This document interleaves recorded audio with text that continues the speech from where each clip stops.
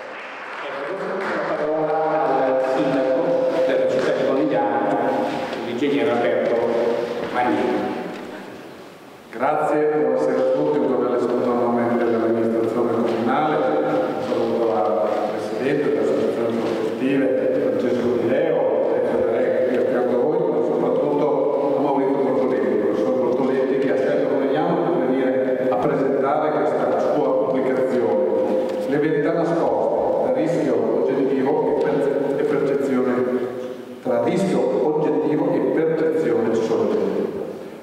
Io penso che questo sia un tema di grande attualità, molto importante. Tra l'altro questo libro dà anche una chiara analisi di un fenomeno, non solamente un fenomeno da governare, perché vedo le forze dell'ordine, non un fenomeno semplicemente da controllare dal punto di vista repressivo, ma soprattutto un fenomeno applicato sul territorio. E penso che mai come oggi ci sia bisogno da parte dell'opinione pubblica di una chiara percezione su quello che le istituzioni stanno facendo e che stanno facendo bene. E quindi, come sempre, è importante che per alcuni fenomeni che purtroppo si possono verificare venga messa in discussione magari la credibilità di grandi e importanti istituzioni del nostro territorio.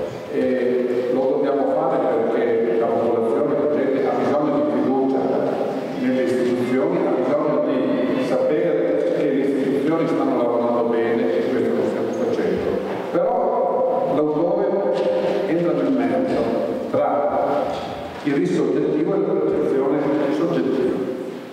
E qui si analizza di fatto anche quello che è la realtà e quello che di fatto viene percepito dalla popolazione. E quindi qui in mezzo ci stanno poi i mezzi di comunicazione. Ci stanno coloro che trasmettono le informazioni di quanto viene sul territorio e trasmettono soprattutto quello che fa notizia. E quindi quanto fa notizia un singolo fenomeno di corruzione o quanto fa notizia un sistema che funziona ed è efficace nel nostro paese. Ecco, questo penso che sia uno dei veri dibattiti poi della comunicazione in Italia su questo settore, ma penso su tanti. E allora dobbiamo imparare a fare notizia non solamente quando ci sono dei fatti negativi, ma imparare a fare notizia anche quando ci sono dei fatti positivi, che sono tanti. Si dice spesso fa più rumore un albero che cade che una foresta che cresce. Questo fosse uno dei tanti casi in cui questo va sicuramente tenuto in considerazione, perché dobbiamo comunicare. Penso che sia molto importante comunicare alla nostra popolazione, proprio in un momento come questo, in cui quando andiamo al voto vediamo anche che c'è una scarsa fiducia, una scarsa partecipazione poi anche al voto. Vediamo che in questi anni stanno raggiungendo dei livelli di partecipazione molto bassi.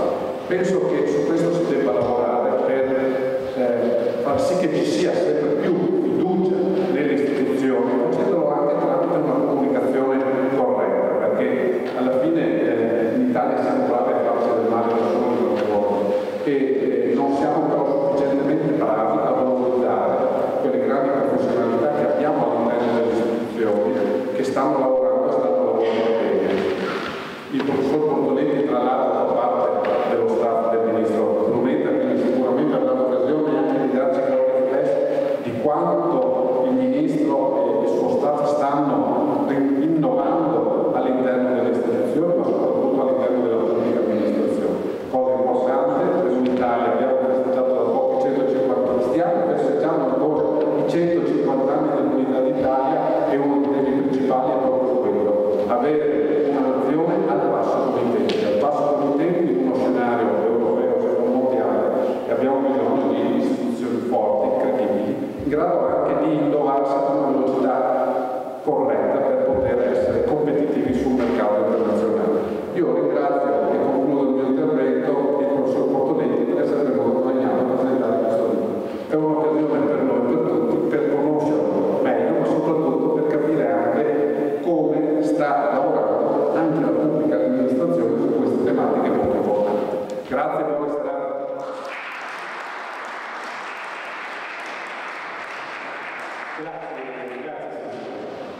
Allora, prima di passare la parola al Presidente del capo della Sueda Banca di Conegliani, Banca di Credito Cooperativa Ezio Tre, io traccerei brevissimo, proprio breve, del profilo di Maurizio Bortoletti, docente a contratto presso l'Università degli Studi di Catanzaro, nell'anno accademico 2002-2003, nell'anno accademico 2004-2005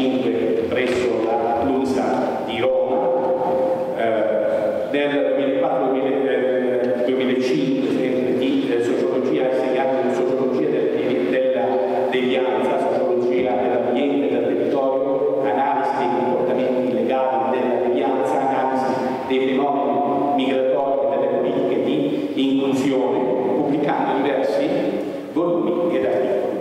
Ha insegnato sociologia della devianza all'Università di Cassino nell'anno accademico 2005-2006 ed è stato docente al Master in Scienze Criminologiche, Investigative e della Difesa presso la Libera Università San Pio V di Roma nell'anno accademico 2007-2008. È colonnello dei Carabinieri, avvocato, attualmente consigliere del Ministro della Pubblica Amministrazione e dell'Innovazione per le questioni attinenti alla tutela dell'integrità e della correttezza dell'azione della pubblica amministrazione. Quindi passo subito la parola a Ezio Berger e poi all'attore centrale, principe di questa manifestazione di oggi, che è il colonnello Maurizio Bertolini. Sì, ringrazio il Presidente, ringrazio tutti voi e ringrazio anche l'autore di essere qui a presentare oggi come diamo il libro. Io farò solo una breve considerazione sul fatto che il cittadino deve essere attivo nei confronti della pubblica amministrazione, il cittadino deve segnalare e vigilare l'operato della pubblica amministrazione ed essere parte attiva nella società. Io porto un esempio, ho fatto una battaglia personale che è stata anche su tutti i giornali, sui T-Red, che erano questi semafori truffa che hanno visto coinvolte migliaia, centinaia di persone e poi abbiamo visto che le persone della pubblica amministrazione che gestivano questi sistemi sono stati tutti rinviati a giudizio, non tutti, ma una gran parte, dalla Procura di Verona, dalla Procura di Rovigo, dalla Procura di Milano, no? E tutto questo è nato anche grazie all'attività da parte dei cittadini, alla vigilanza da parte dei cittadini, perché i cittadini mi dicevano che erano contrari a quelli che passavano con il semaforo rosso, però a condizioni giuste, non a condizioni truffa, perché è venuto fuori dalle indagini che il tempo era talmente limitato che una persona in forma di sicurezza non poteva fermarsi o sgombrare l'incrocio. Ecco, questo ha dimostrato l'attivismo dei cittadini che hanno portato a fare chiarezza e a aprire le luce su fatti dove i cittadini venivano vessati dall'amministrazione e molti anche amministratori sono stati rinviati a giudizio. Adesso a Verona a giugno ci sarà il processo sia per gli ideatori e i distributori di questi impianti truffa, ma anche da parte di alcuni amministratori e anche comandanti che non hanno vigilato come dovevano su questi impianti. Io vi lascio all'autore perché tutti voi siete qui come me per sentire l'autore e grazie ancora.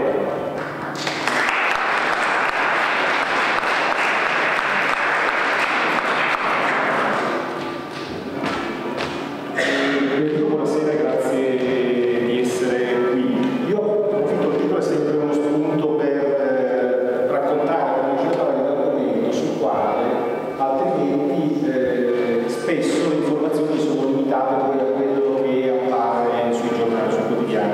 Dovete pensare che sono tre dei titoli che questa mattina sono pubblicati da tre dei principali quotidiani nazionali in relazione a una relazione che è stata svolta ieri dalla Corte dei Conti. È chiaro che rimanendo a questa immagine che emerge da questi titoli, forse ci sarebbe da ricordare come Ennio Flaiano, se 40 anni fa fece, se evitavi effettivamente che la culla del diritto, il diritto ci stava così bene da essersi addormentato.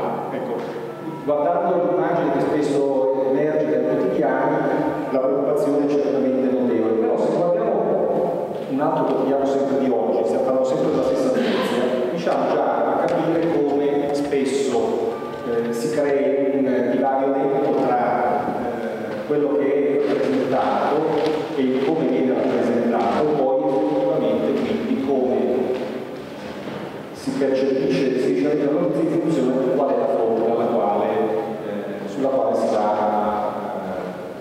verificare il dato. Come vedete un segnale velocissimo allarme, dalla parte dell'articolo invece pubblicato al quotidiano siamo invece su una rappresentazione abbastanza obiettiva, e poi questo grande allarme, se voi leggete, e alla fine sono 4 casi di corruzione in un anno. È vero, magari saranno anche aumentati del 6 casi su 10 saranno corruzione, ma alla fine il numero reale è questo. Quindi spessissimo sui quotidiani, non perché i quotidiani avevano creato la corruzione, ma spesso sui quotidiani l'informazione arriva in modo, su un tema così evocativo e eclatante, arriva in modo certamente condizionato da cosa? Dal fatto che questo tema della corruzione e corruzione è un tema che è oggetto di vendita politica, quindi sulla quale si scontrano due posizioni chiarissime, bisogna essere obiettivi, così poi non ne parliamo qui quando vogliamo affrontare questo tema. Da una parte chi ritiene di essere al di fuori del problema e quindi abita dall'altra parte politica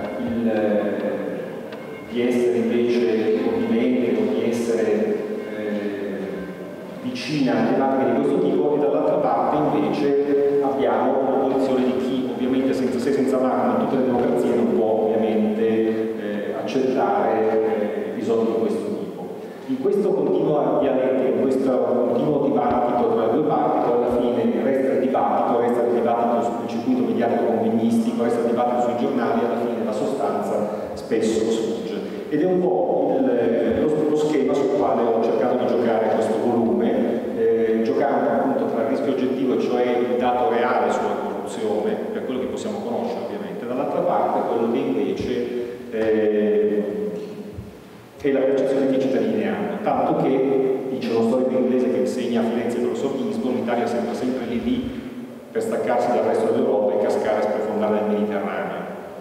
Eppure, in realtà aggiunge qualcuno, nonostante tutto, l'ha scritto appena poche settimane fa per Tesserantini sul Corriere della Sera, nonostante tutto siamo ancora lì. Ecco, in questo ultimo dibattito che si gioca tra rischio oggettivo e percezione soggettiva, spesso sfugge l'importanza invece della conoscenza del dato oggettivo. Il dato oggettivo ci viene dalle statistiche ufficiali.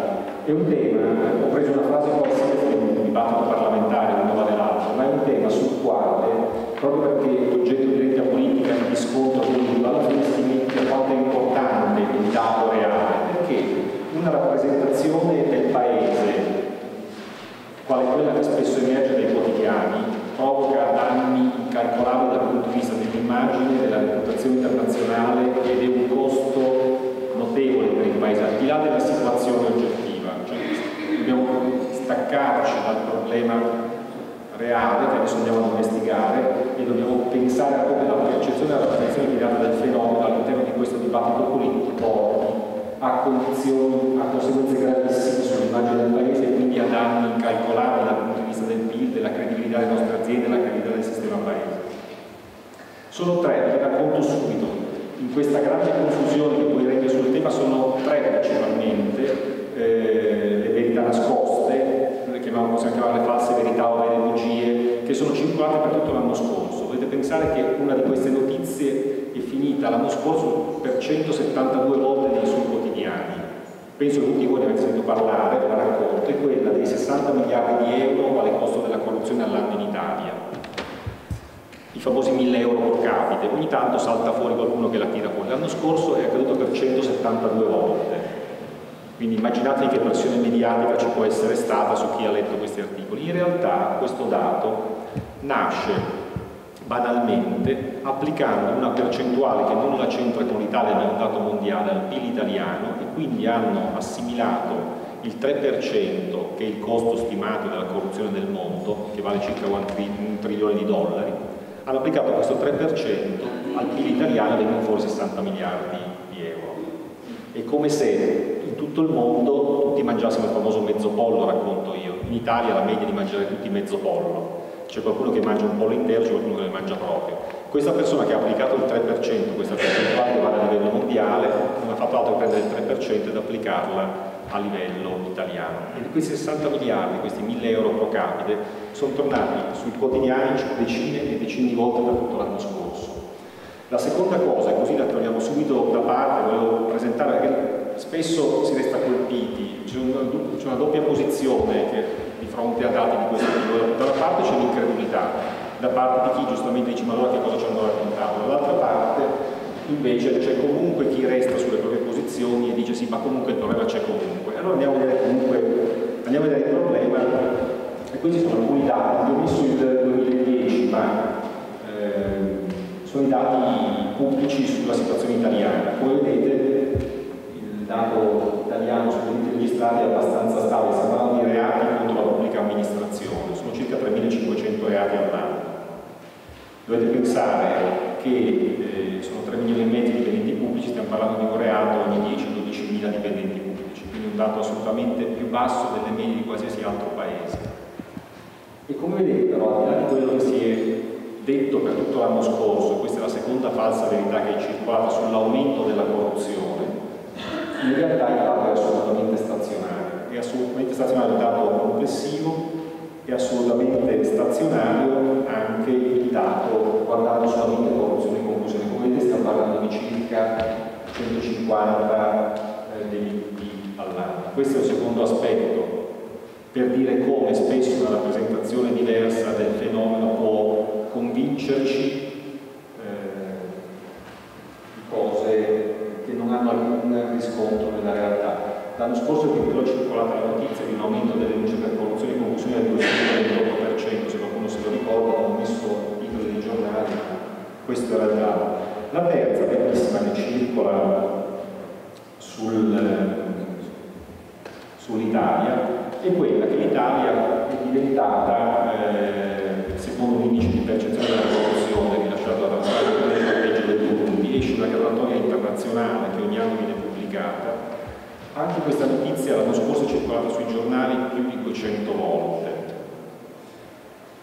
In realtà a ottobre l'Ocse, questa è la pubblicazione dell'Ocse, ha detto chiaramente che questo indice non è assolutamente rappresentativo del fenomeno, eppure continuiamo ad utilizzarlo e in questo indice l'Italia è diventata peggio del Burundi, siamo in Italia arrivati al 68esimo, 69esimo posto del mondo, insomma. Dietro di noi siamo dietro il Burundi e davanti a Ruanda, all'incirca vanno molto a nord.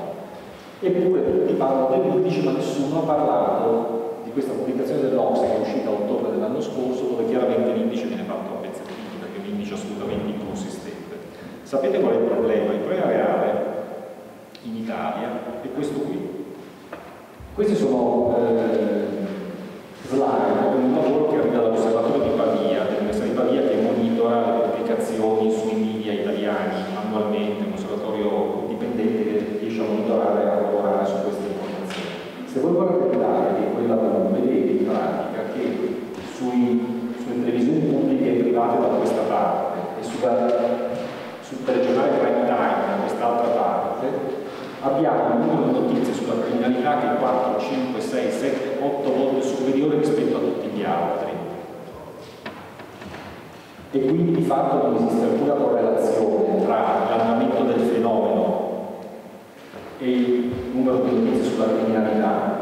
Addirittura da questa parte vi leggo i numeri che sono eleggibili un 64-14 rispetto alla BBC inglese, cioè il G1 dà un numero di notizie 6 volte superiore rispetto alla BBC One. Il numero è ancora più grande rispetto alla televisione del giornale tedesco. Non c'è nessuna correlazione tra l'andamento dei reati e il numero di notizie che appaiono, quindi non c'è nessuna correlazione diversa tra il numero di notizie dei reati e la percezione della criminalità. Purtroppo, bisogna essere chiari, i mass media non hanno creato la corruzione.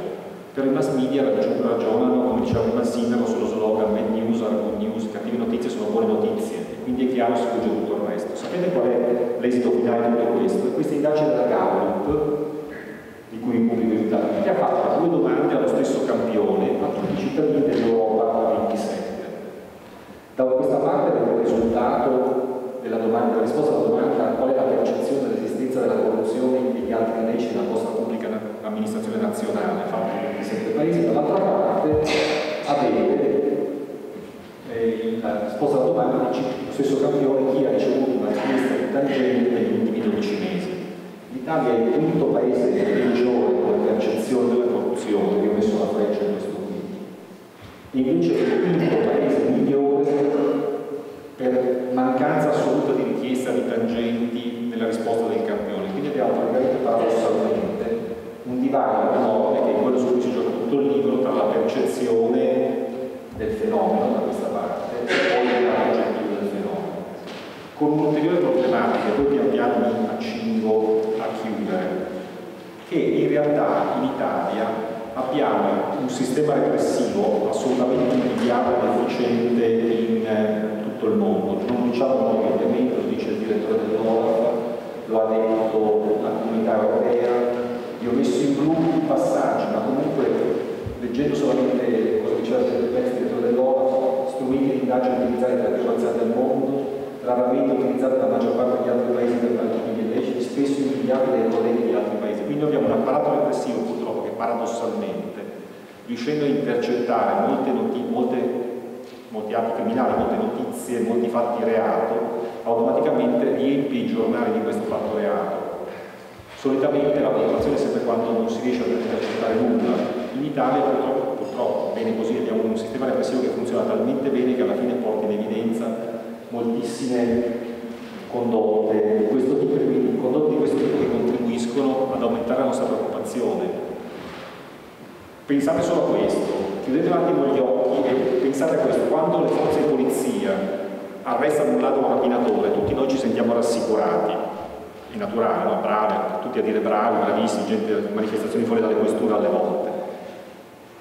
Se le stesse forze di polizia arrestano un corrotto o arrestano un truffatore, la risposta non è che bravi che sono stati, ma è dove stiamo finendo.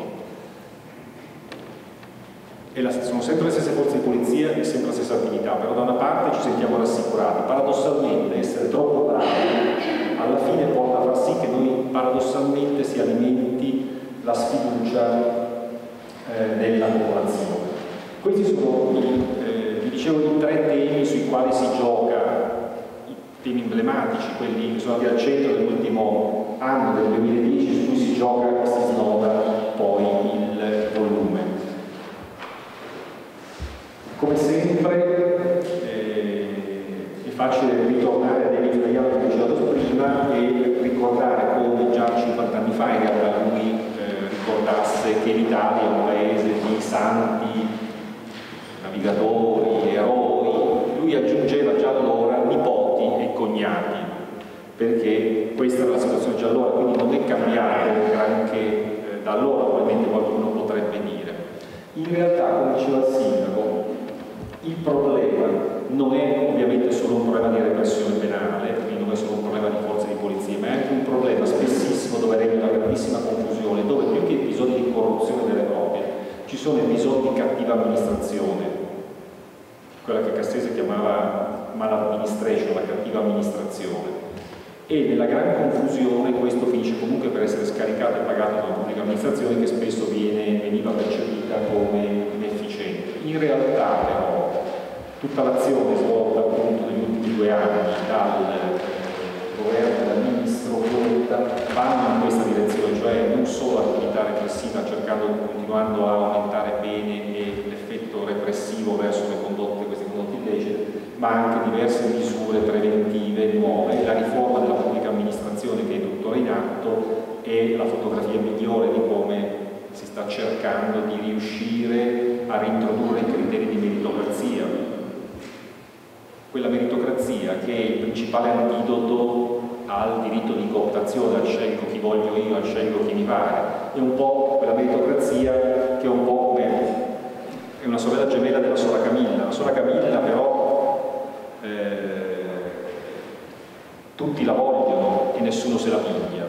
In realtà in questo caso l'effetto è inverso, nessuno fa finta di volerla, però tutti sono sempre pronti poi a prendersi il posto quando viene messo a concorso, quando si rivela libero.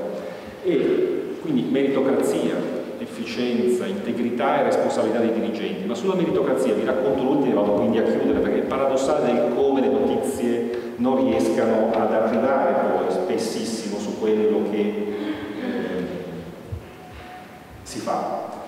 A proposito di meritocrazia, giusto per notizia su come anche in Italia si possa fare, vi racconto una delle tante attività implementate in questi 12 mesi, di questo concorso di Vinca del Migliore che abbiamo fatto noi con il Formez e la Bocconi di Milano, dove in 10 mesi a Napoli, in 10 mesi, dal febbraio del 2010 al dicembre del 2010, sono state selezionati 534 posti per 10 diversi profili. Hanno partecipato a questo concorso 112.000 persone. I 534 ammessi oggi stanno frequentando regolarmente, dopo 10 mesi di selezione, la formazione e stanno iniziando a lavorare al Comune di Napoli. E in questo concorso, chi di voi ha avuto figli, amici, o voi stessi che hanno mai partecipato a un concorso pubblico sa quali sono i tempi, quali sono le graduatorie che scorrono, quali sono le problematiche su questo settore.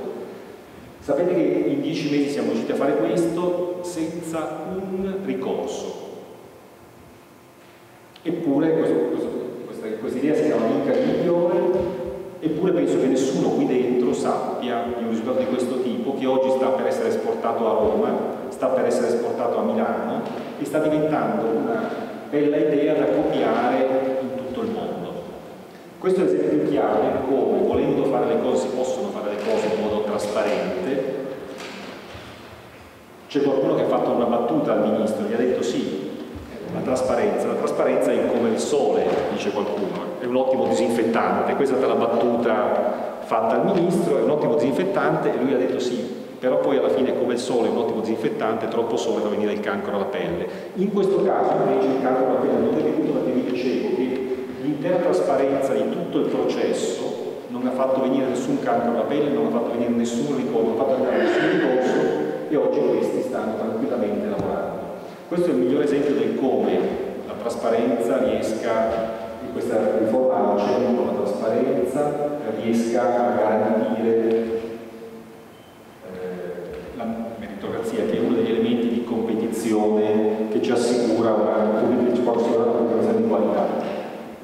E ovviamente una pubblicazione di qualità che poi è fatta, io lo ripeto sempre, tante persone per bene, poi alla fine ogni mattina si alzano, vanno a lavorare, fanno il loro lavoro come tutti noi che siamo qui dentro. È chiaro che però questo clima di sfiducia che viene alimentato continuamente da questa situazione in cui ci troviamo a lavorare non aiuta e non facilita. E dovete pensare che chiaramente la fiducia vive oggi in una società condizionato dalla pressione mediatica molto forte, vive ovviamente sugli organi di informazione, vive ovviamente sui media.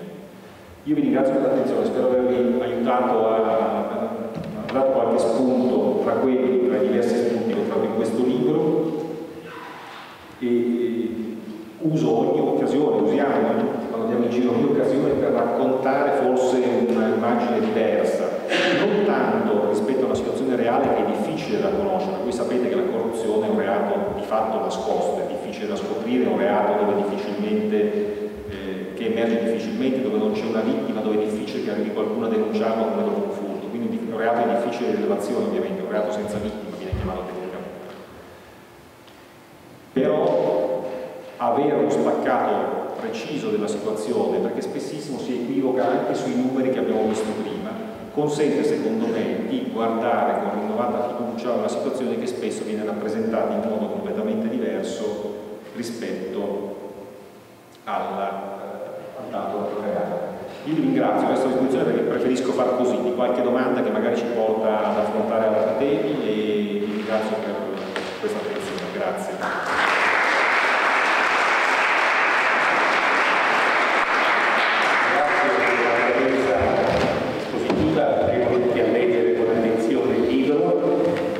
Ci ha messo delle condizioni di poterlo leggere in maniera più chiara e più dettagliata. Ecco, io adesso regalarvi con una conclusione musicale sempre dei due maestri che ci hanno vietato già prima, e ci dicano adesso quali sono i pezzi conclusivi. In questo mondo bellissimo che ci ha descritto. Chiuderemo questo diciamo, appuntamento con un compositore che viveva in un mondo magnifico, cioè il mondo della sua testa, Era un Giovanni Battista Cirri, violoncellista, vissuto più o meno 60 anni dopo Platti, e lui viveva in un mondo bellissimo. Lui stava a corte a Londra e non faceva altro che scrivere musica e suonare. Per cui la sua musica, che io ho studiato per un paio d'anni, è tutta, diciamo così, è tutto un raggio di sole, non c'è mai un'increspatura, un sole, e quindi vogliamo salutarvi con questo pezzo ottimistico.